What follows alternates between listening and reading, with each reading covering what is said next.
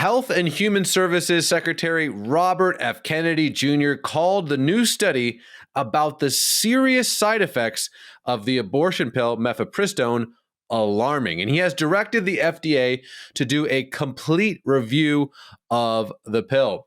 CBN's Billy Hallowell, what's your take on this?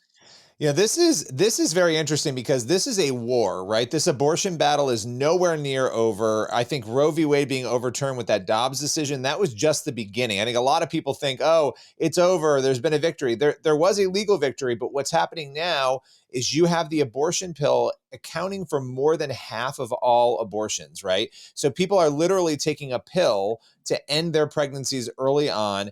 And it's become a really crazy issue because they're literally not having to meet with doctors. They're not having to go even get an ultrasound before they take this abortion pill. And so you're basically trusting that these women understand and know everything they need to know about this. And the big claim, and then we'll kind of get into the finer details, but the big claim has been this drug is safe. It doesn't hurt any women. There's no reason to not just prescribe it over telehealth.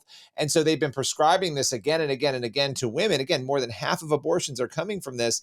And yet now we have studies showing that Yeah. 11% of women are having complications. If that's true, what he's announcing here is a very big deal because people's health is literally on the line.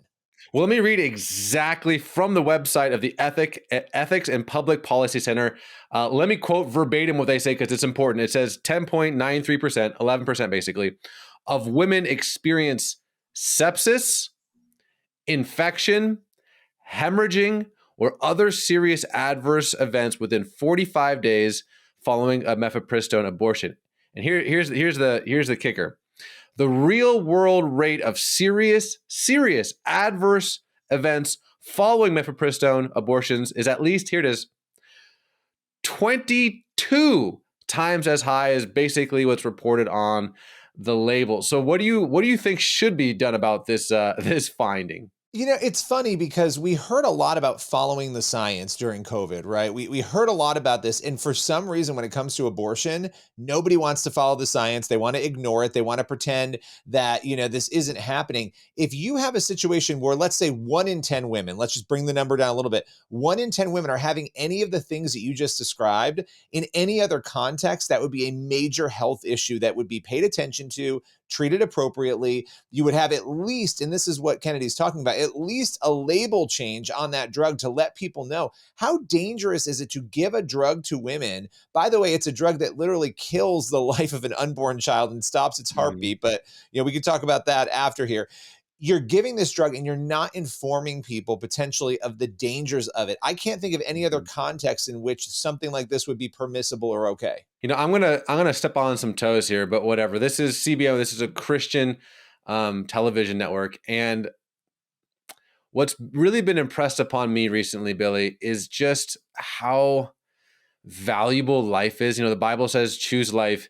And I have 3 young boys, and we have a lot of friends. I'm sure if you're in your 30s, they're going through IVF. And I don't think we quite appreciate just how miraculous life is. The concept of God breathing life into our lungs. There's just such purpose and meaning and value, even if you want to call it a clump of cells. And this is me emoting a little bit, and this is me, being a little editorial and giving my own personal opinion. But what used to be academic for me, which used to be scientific for me, and it is, like this study is scientific, it's raising a lot of alarming points. To me, it's the spiritual, emotional side of the argument that has really stuck out to me recently. Is just the value of every individual life. And I understand, I really do. I empathize with the situations and precarious circumstances that people might find themselves in. But I would also say, let's value human life, especially the unborn. Because to me, I think I having seen ultrasounds of all 3 of my kids, obviously, at something like not 35 weeks or 20 weeks, but like 12 weeks. And you just see this person in there. Their hands, their feet, their bodies. It's incredible. It's just so precious. And so, I'll get off my dad's soapbox, but to me, that's what really sticks out to me when it comes to this debate. But Billy, what should the Christian response be to the abortion pill?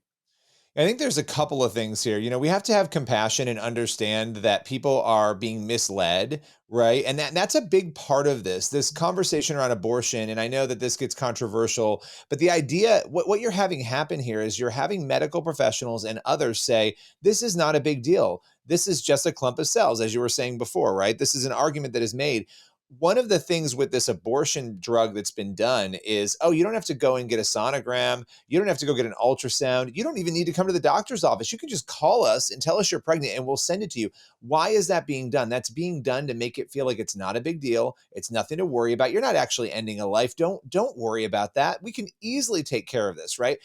We have to have compassion and understand that and speak against that and explain the truth. And I think studies like this, they help us do that in a compassionate way with data and information where we can say, look, 11% of the women who are taking this pill are having serious complications. This is a life, helping people understand what is actually inside of them when they make a decision to take a drug like this. So, but yeah, I think we have to pray for people too and approach this not from a position of anger, even though it is very Hmm. frustrating to this issue, but of compassion and love for others. Yeah, absolutely. Absolutely. Billy Hallowell, thank you so much, my friend. Thank you.